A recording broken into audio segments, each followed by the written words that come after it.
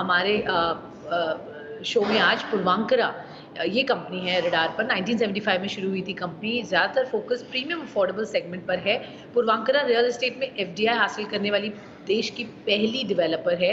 Company ने अब तक 74 प्रोजेक्ट्स पूरे किए हैं, साथ में 43 मिलियन स्क्वायर फीट एरिया भी डेवलप कर चुकी है। कंपनी के टॉप मैनेजमेंट हमारे साथ ED and CEO Abhishek Kapoor इस वक्त शो में जुड़ रहे हैं। Let's welcome him.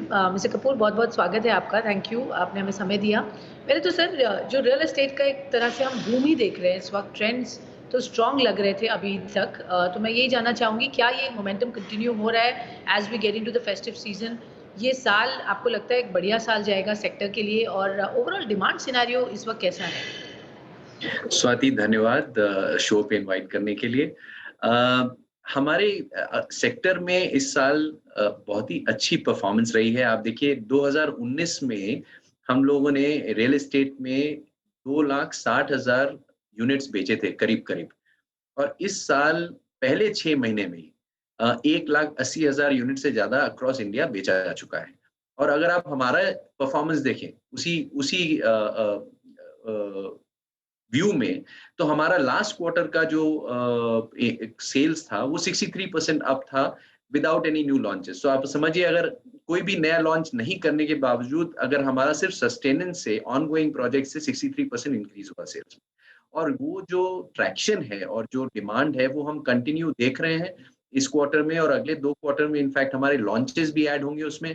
तो हम लोग काफ़ी पॉजिटिव और बुलिश हैं आगे के डिमांड को लेकर के, स्पेशली अब जो फेस्टिव सीज़न आ रहा है, उसमें नॉर्मली वो पीक परफॉर्मिंग सीज़न होता है। अगला 6 महीना जो अक्टूबर से लेकर के मार्च तक का होता है, वो नॉर्मली पीक सीज़न होता है for real estate sales and बाकी सब प्रोजेक्ट्स के लिए और बाकी सब प्रोडक्ट्स के लिए भी होता है। तो वी आर वेरी ऑप्टिमिस्टिक। मुझे लगता है कि ये डिमांड डेफिनिटली सस्टेन हो रही है, और ये कंटिन्यू रहेगी।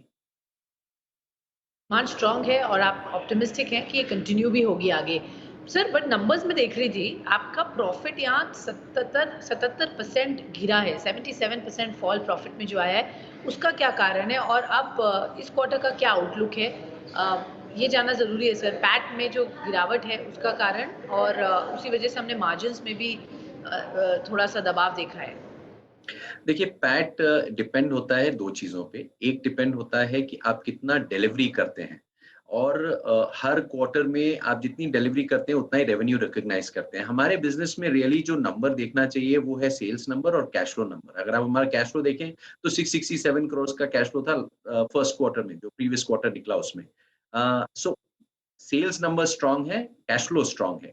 और जो गिरावट की बात आप कर रही हैं, वो एक वन टाइम ट्रांज़ैक्शन था, जो हमारा फॉरवर्ड सेल का ट्रांज़ैक्शन था फर्स्ट क्वार्टर लास्ट ईयर में। उसकी वजह से हमारा पैट हाई दिखाई दिया। लेकिन अगर आप प्रीवियस क्वार्टर से कंपेयर करें, तो वो उसमें काफ़ी इम्प्रूवमेंट है, ओवर 200% इम्प्रूवमेंट है हमारे पैट में। तो ओवरऑल आई थिंक ये पैट का जो नंबर है रियल एस्टेट में, ये थोड़ा-सा मिस इन्फॉर्मेशन और मिसलीडिंग कई बार होता है। जो नंबर हमको देखना चाहिए वो रियली है sales number, cash flow number, debt number, और आपका लॉन्च का पाइपलाइन क्या है, वैल्यू क्या है आपके बिज़नेस का। क्योंकि हमारे बिज़नेस का वैल्यू रियली होता है कि हम कितना सेल कर पा रहे हैं, हम कितना ऑपरेटिंग खर्चा कर रहे हैं, और उससे कितनी कलेक्शंस हो रही है। सो वो सबसे इम्पोर्टेंट होता है, तो हम उस पे नज़र रखेंगे अक्रॉस द सेक्टर। आप पूर्वांकर लें या किसी भी और कंपनी को लें, अगर आप उस पे फोकस रखेंगे तो आई थिंक रियल इवैल्यूएशन होगा कंपनी की परफॉर्मेंस का। Okay, alright. मैं आपसे ये समझना चाहूँगी, तो 7 प्रोजेक्ट्स जो पूर्वा लैंड के है across 3 cities that are ongoing, इसका क्या अपडेट है सर डेवलपमेंट के पॉइंट ऑफ व्यू से? किस तरीके का revenue potential we can see unfold from Purva land? देखिए, इस साल हमारा प्लान है अगले 6 से 9 महीने के अंदर करीब-करीब 4 मिलियन स्क्वायर फुट पूर्वा लैंड का लॉन्च का। और अगर आप हमारा पास्ट प्रोजेक्ट्स का परफॉर्मेंस देखें तो इनफैक्ट आपको ध्यान होगा, हमने एक जनवरी क्वार्टर में लॉन्च किया था, वो 100% लॉन्च पे सेल आउट था। हमने एक लॉन्च किया था जो पिछले साल किया था 1.4 मिलियन स्क्वायर फुट का बैंगलोर में, वो ऑलमोस्ट 80% सोल्ड आउट है। इनफैक्ट हम काम कर रहे हैं कि इस साल में ही उसका before the end of this year उसका पोज़ेशन अनाउंस कर दें। तो बेसिकली पूर्वा लैंड का परफॉर्मेंस बहुत ही अच्छा रहा है। जो आगे की पाइपलाइन बैंगलोर, कोयंबटूर और चेन्नई में है, वो काफ़ी स्ट्रॉन्ग है और जो रेवेन्यू पोटेंशियल पर से आप ये खाली अगर ये 4 मिलियन स्क्वायर फुट का आप रेवेन्यू पोटेंशियल पकड़ के चलें, तो एवरेज अंदाज़न करीब-करीब 1600 करोड़ का रेवेन्यू पोटेंशियल है। तो हमारे हिसाब से ये पूर्वा लैंड का जो बिज़नेस है उसमें काफ़ी अच्छी परफॉर्मेंस कंपनी की रही है और as a market plotted development में हम काफ़ी सक्सेस देख रहे हैं। Enough sir. सो 1600 करोड़ तक का रेवेन्यू पोटेंशियल आपने बताया। तो लॉन्च पाइपलाइन क्या रहेगी सर पुवारकरा और प्रोविडेंट की, और रेवेन्यू पोटेंशियल अगर हम इन दोनों का ही सेगमेंट अगर करें तो कितना आ सकता है दोनों का सेपरेटली?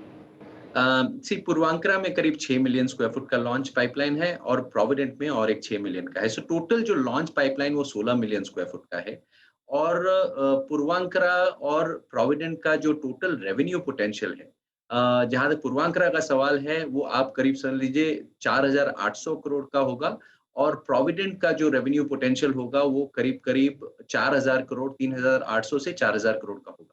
तो ओवरऑल अगर आप देखें तो हम करीब-करीब ऑलमोस्ट 9,500-10,000 करोड़ के रेवेन्यू पोटेंशियल की बात कर रहे हैं। सर मैं ये जानना चाहूँगी प्राइसेस, इस वक्त रियल एस्टेट प्राइसेस में जो एक अच्छा हमने इजाफा देखा लास्ट 1 साल में, if I am not wrong, across the country हमने सभी रीजन्स में एक अच्छा जंप देखा है प्राइसेस में।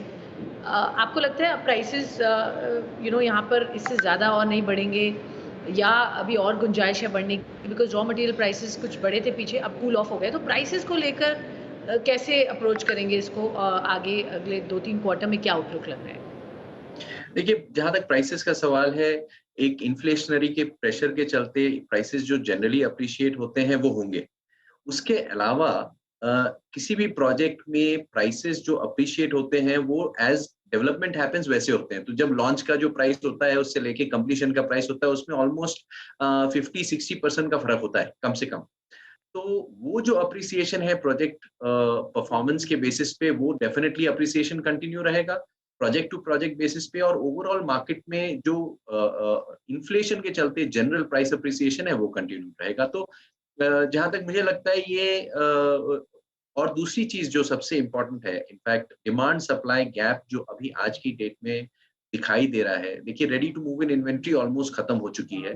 जो नई डिमांड है वो सारी मोस्टली न्यू लॉन्चेस से जी। फुलफिल हो रही है और जो डेवलपर्स लॉन्च करने की पोटेंशियल कैपेबिलिटी है जिनके पास वो काफी कम है। तो एक कंसोलिडेशन है डिमांड की डेवलपर की तरफ, जैसे कैपिटल की है वैसे ही लैंड की है। तो उसके चलते भी हम ये थोड़ा प्राइस एप्रिसिएशन कंटिन्यूड दिखाई देगा। Okay sure. सो ये थोड़े से आप इन्फ्लेटेड लेवल्स पर ही प्राइस दिख रहे हैं, यहाँ से डिमांड भी अच्छी दिख रही है। सर क्विकली एक आखिरी सवाल आपसे जानना चाहूँगी, तो आपके डेट लेवल्स इस वक्त क्या हैं, उसको कैसे कम करेंगे और आगे जो इन्वेस्टमेंट्स होगी वो कैसे फंड करेंगे? सर आपने made in alternate investment fund की भी बात की है, क्या अपडेट है उस पर? Where will the fund invest? जी देखिए हमारा आज डेट लेवल्स बिलो 2000 करोड़ है। एक टाइम पे हम 3000 करोड़ से ऊपर थे और डेट का जो चर्निंग है वो एक कंटिन्यूड प्रोसेस होता है रियल एस्टेट का। और जो डेट का करेक्ट मेजर या मापदंड है जिस तरह से हमें देखना चाहिए वो पर स्क्वायर फुट डेट है, जिसमें जैसे-जैसे हम प्रोजेक्ट लॉन्च करेंगे वो हमारा पर स्क्वायर फुट डेट कम होता नज़र आएगा। एब्सोल्यूट नंबर ऑब्वियसली थोड़ा बढ़ सकता है क्योंकि आज हम कमर्शियल भी लॉन्च कर रहे हैं, कंस्ट्रक्शन शुरू कर रहे हैं, उसमें एसेट एंड वैल्यूएशन क्रिएट होता है। तो जो डेट है वो हमको देखना चाहिए पर स्क्वायर फुट बेसिस पे वो कंटिन्यूड रहेगा, कम होता दिखाई देगा क्योंकि हम और लॉन्चेस ऐड करेंगे। हमारे पास आज की डेट में 50 मिलियन स्क्वायर फुट है जिसको हमें लॉन्च करना है, जिसमें से हम 16 मिलियन की आज अभी बात कर रहे हैं।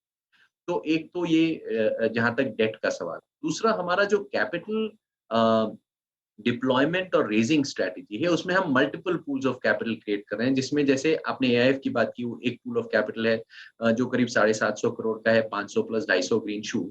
उसका फर्स्ट क्लोज हो चुका है और आज हम कैपिटल रेजिंग चालू है और मुझे लगता है सेकंड क्लोज अनाउंस करेंगे वेरी सून। तो ये फंड का जो परफॉर्मेंस है वो बहुत अच्छा रहा है एआईएफ का।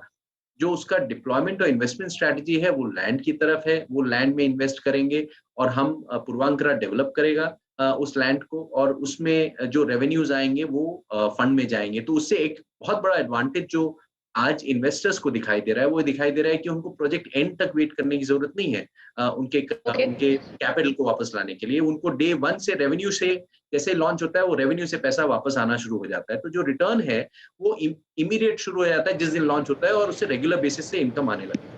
वो एक फैंटास्टिक। ऑल राइट सर, बहुत-बहुत धन्यवाद, आपने हमें समय दिया और बताया किस तरीके की आगे प्रोजेक्शंस और बिजनेस आउटलुक है। तो ये थे पूर्वांकरा के टॉप मैनेजमेंट हमसे बातचीत करते हुए। एक छोटा सा ब्रेक लेते हैं इस नोट पर, बट आप नहीं मत जाइएगा क्योंकि खबरों का सिलसिला जी बिजनेस पर बना रहेगा। धन्यवाद।